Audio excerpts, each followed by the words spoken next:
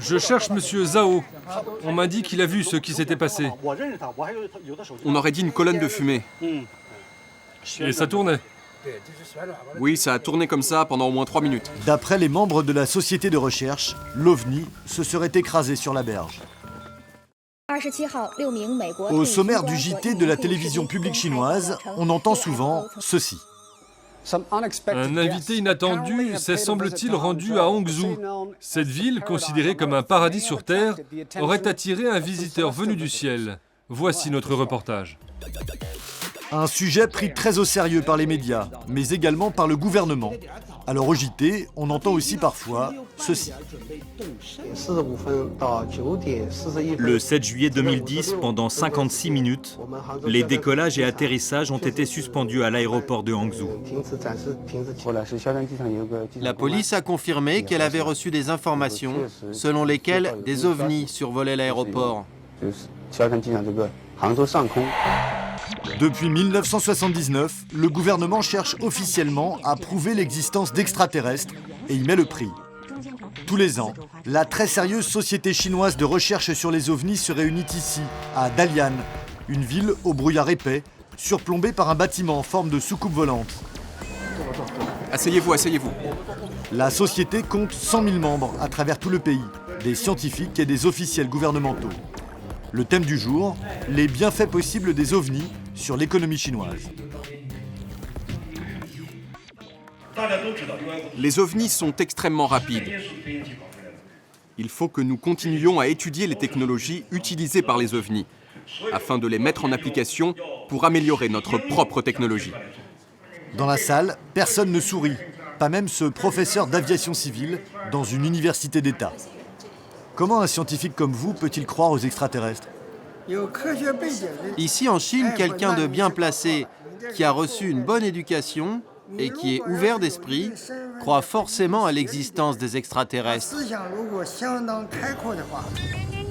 L'objectif de la société de recherche sur les ovnis, enquêter sur tous les événements qui leur paraissent suspects. Voici 2 de leurs membres. Leur mission du jour, un objet volant mystérieux qui a bien sûr fait la une de la presse locale. Un ovni s'est écrasé près du village de Xingshan. Une information confirmée par le parti communiste local. Les enquêteurs doivent récolter un maximum d'informations pour les transmettre ensuite aux scientifiques. Les autorités ont mené une première enquête, mais ça n'a rien donné. Ils n'ont pas trouvé l'objet. Nous avons donc ouvert une enquête au cas où il s'agirait d'un ovni ou d'un fragment de soucoupe volante.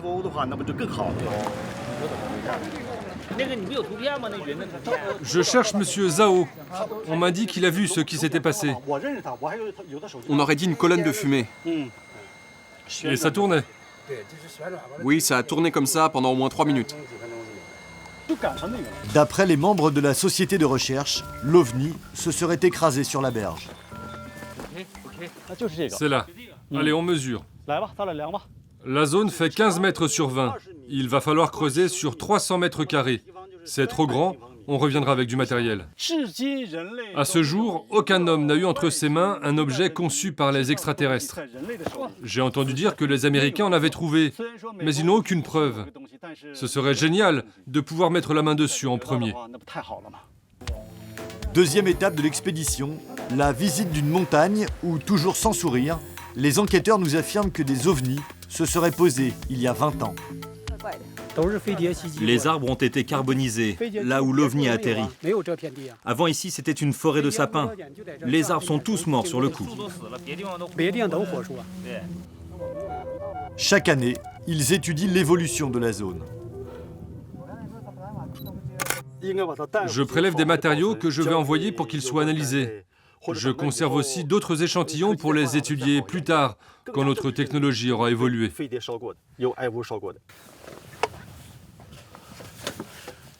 La Chine a une très grande surface géographique, donc la probabilité qu'il se pose chez nous est grande. Et comme en plus nous sommes très nombreux, il y a plus de chances qu'il y ait des témoins.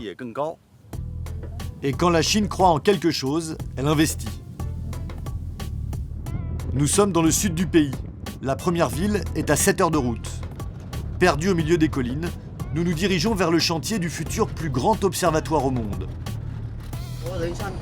Les étrangers n'ont pas le droit de pénétrer sur le site parce que les autorités ont peur que ce soit des espions. C'est top secret. Ce sont 2 anciens gardiens qui nous accompagnent. Nos demandes de tournage ont été refusées. Le voilà enfin. Son prix, 75 millions d'euros. Pourquoi un tel investissement? Pas seulement pour observer les étoiles. Ce sera le plus grand télescope du monde. Le télescope pourra contribuer à la recherche de civilisations extraterrestres, puisqu'il détectera les signaux sonores présents dans l'univers. 75 millions pour des extraterrestres, grosse pression pour les scientifiques chargés des recherches. Avant la fin du chantier, nous nous rendons à l'actuel plus grand observatoire de Chine, la Montagne Pourpre. Nous avons rendez-vous avec le professeur Wang Xichao, le plus grand spécialiste des ovnis dans le pays. 42 ans de travail sur la question, et évidemment, aucun doute sur leur existence. Tenez, regardez ces photos.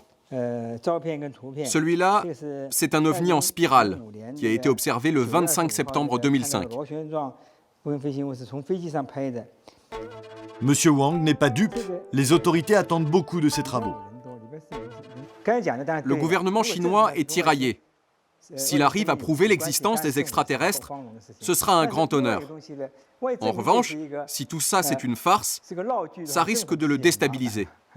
Donc nous avons l'autorisation de notre gouvernement de faire des recherches sur les aliens, à condition que ce soit scientifique. Le professeur Wang a raison de se méfier. À plusieurs reprises, la presse a solennellement annoncé la découverte d'ovnis avant d'être contredite. Dernière affaire en date, en mai dernier, l'étrange boule de métal de 40 kg qui avait atterri dans le nord-est de la Chine s'est révélé être le fragment d'une fusée russe qui transportait un satellite. Pas suffisant évidemment pour arrêter le programme de recherche d'ovnis. Il faut les empêcher de sortir. Sinon, ils risquent d'aller chercher à manger en cachette. Cette nuit-là, personne n'est allé se goinfrer en douce. Le stage commence bien.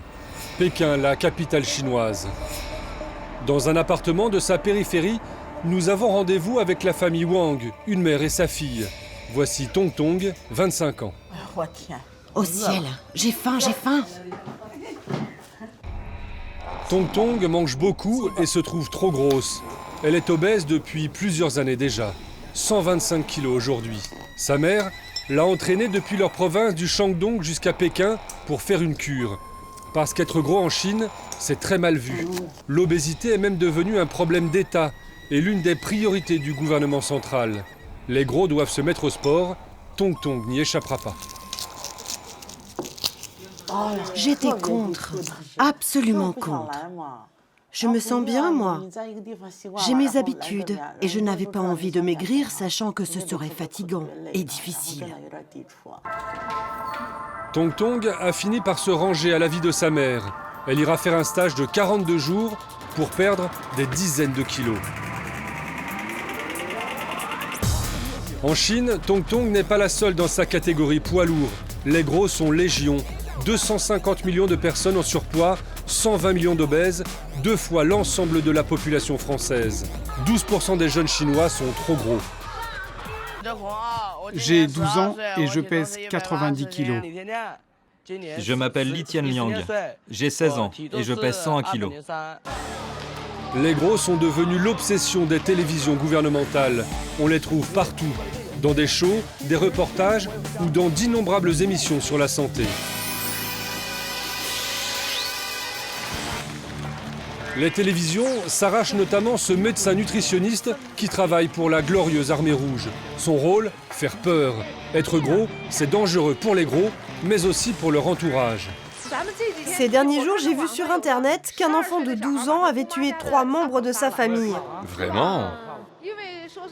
Sa tante n'était pas rentrée à temps pour lui donner à manger. L'info paraît bien suspecte, qu'à cela ne tienne, cela fait partie d'une offensive nationale contre l'obésité.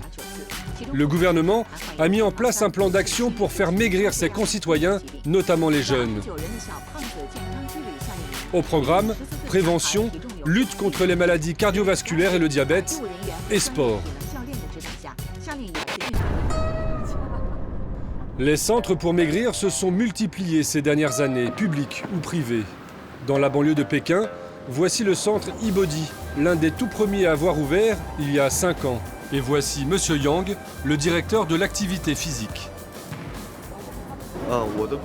Mon travail, c'est de faire maigrir les gens. Il est très fier de son centre et très content de le montrer à des journalistes étrangers. Tu prends plein de photos de nous, hein, mais il faut pas que tu restes dans le champ. Notre centre d'amincissement fait 5000 mètres carrés. De ce côté-là, vous pouvez apercevoir notre piscine, de 50 mètres sur 25. Et ici, c'est la salle de danse pour les entraînements. Nous y retrouvons Tong Tong en pleine action. Sa cure a commencé.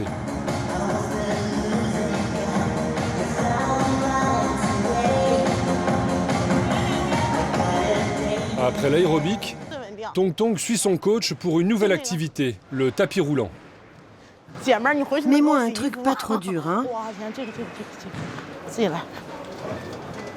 Le stage dure 42 jours et coûte environ 1 000 €, plusieurs mois du salaire de base chinois. Les pauvres n'ont qu'à rester gros. Le centre fixe des objectifs très précis. Actuellement, elle fait 125 kilos. Sur 42 jours, on prévoit qu'elle perde 30 kilos. Je suis sûre que j'arriverai à relever ce défi et que je perdrai même 35 kilos. 30 kilos en 42 jours, c'est presque inhumain. D'après les médecins français que nous avons consultés, c'est de la folie et les kilos reviendront aussi vite qu'ils sont partis. Pour y arriver, 6 heures d'exercice quotidien. 4, 5, 6, 7, 8, on change.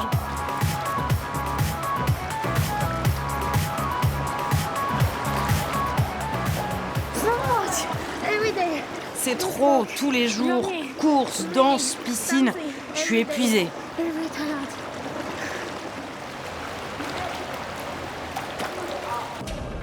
Les gros sont de plus en plus nombreux. La faute notamment à la politique chinoise de l'enfant unique. Ils deviennent de petits empereurs gavés par toute leur famille. Et paradoxalement, être obèse en Chine, c'est être rejeté, ne pas avoir de vie normale. Un avenir qui effraie Tong Tong. C'est pourquoi elle se rend avec Monsieur Yang sur l'île de Hainan pour un stage d'1 semaine, plus dur encore. Elle n'a pas le choix. Comme je suis grosse, je subis la pression de la société et de ma famille aussi. Une pression importante. Je vais poursuivre mes efforts pour atteindre le poids idéal correspondant à ma taille.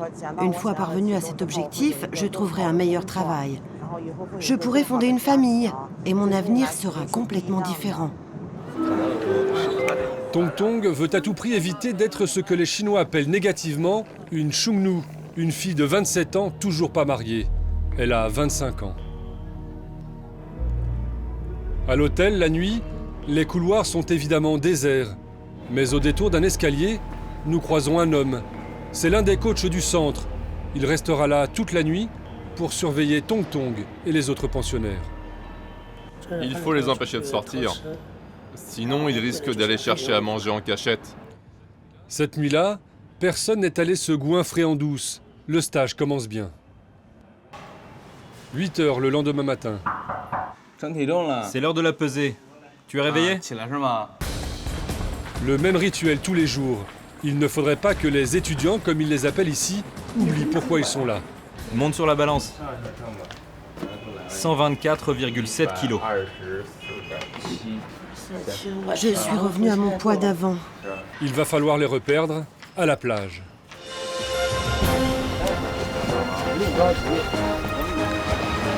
Ça va? Non, non, tu ne cours pas bien. Allez, cours plus vite. Tong Tong s'accroche. Elle veut maigrir, elle doit maigrir. Contrainte et forcée, la jeune femme s'est formatée à l'image que lui renvoie la société. On la trouve moche et c'est normal.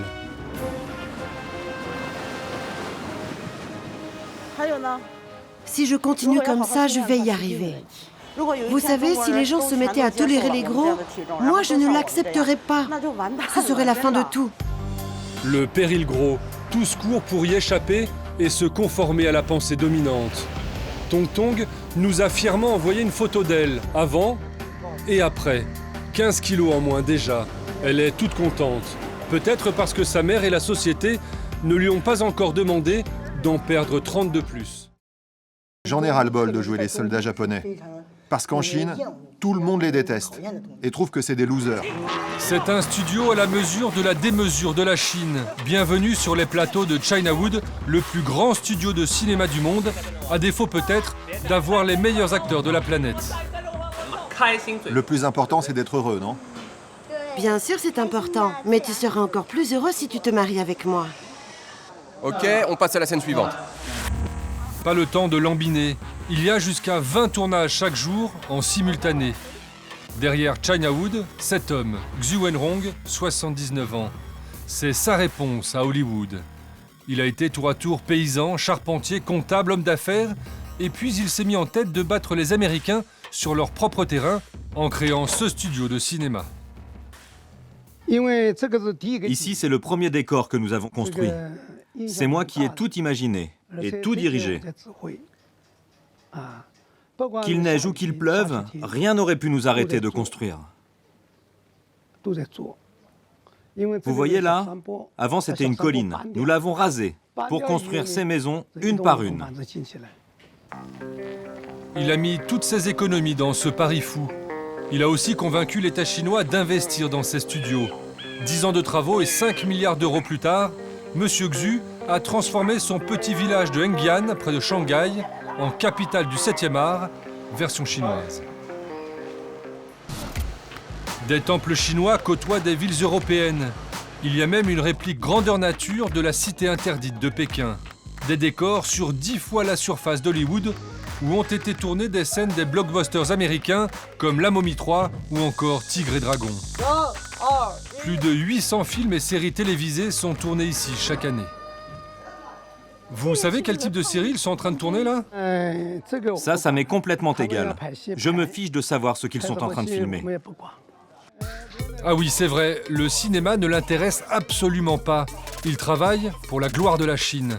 Derrière les décors de carton-pâte se cache un formidable outil de propagande. Ici, on ne tourne quasiment que des films anti-japonais. Le patron aux 2 téléphones en est très fier. Les Japonais ont tué cruellement plus de 30 000 Chinois à Nankin pendant la Seconde Guerre mondiale. Et ça, nous, les Chinois, on ne leur pardonnera jamais. Donc à Chinawood, nous faisons des films pour revisiter cette période de l'histoire. Pour montrer aux gens du peuple comment les Japonais ont tué cruellement des Chinois. Ce sont des films éducatifs, quoi.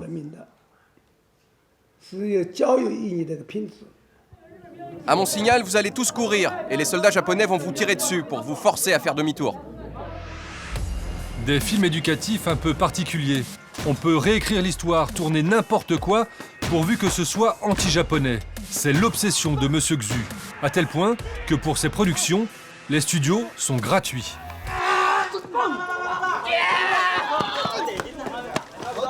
On t'a tiré dessus, il faut que tu tombes plus vite. Du coup, 2 tournages sur 3 sont des super-productions anti-japonaises. Et plus il y a de sacrifices et de morts, plus ça marche.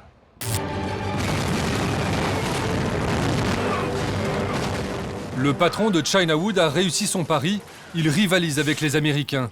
Ses films sont aussi lourds et dégoulinants de patriotisme que ceux d'Hollywood.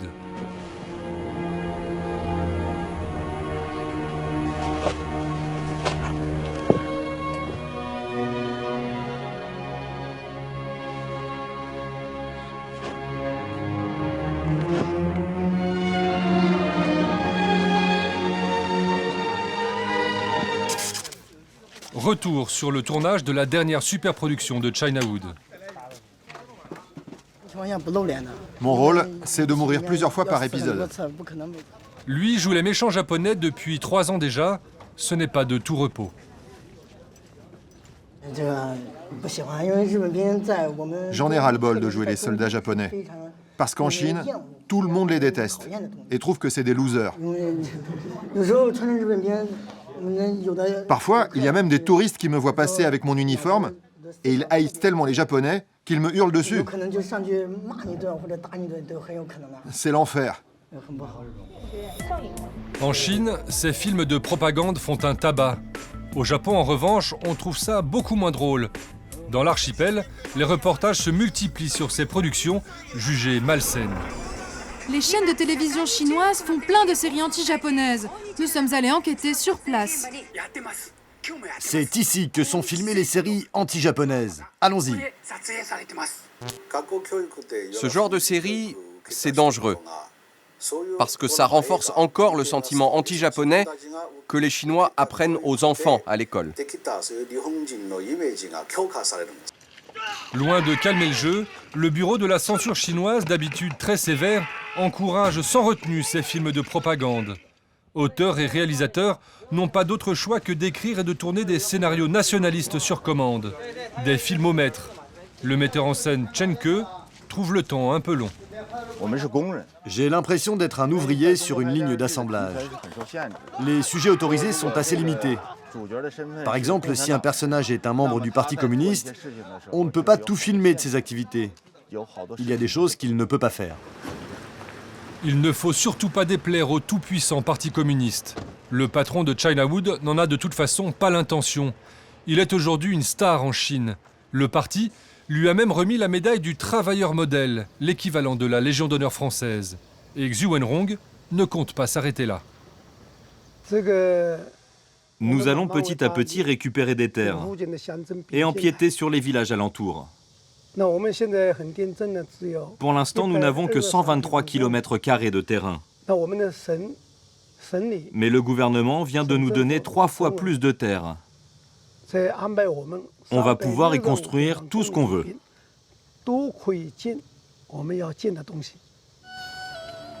Le patriotisme, c'est bien, mais le travailleur modèle engrange aussi sa part de dollars. Il surfe sur la croissance ahurissante de l'industrie du cinéma en Chine, près de 50% par an. De quoi tuer encore quelques millions de Japonais, pour de faux évidemment.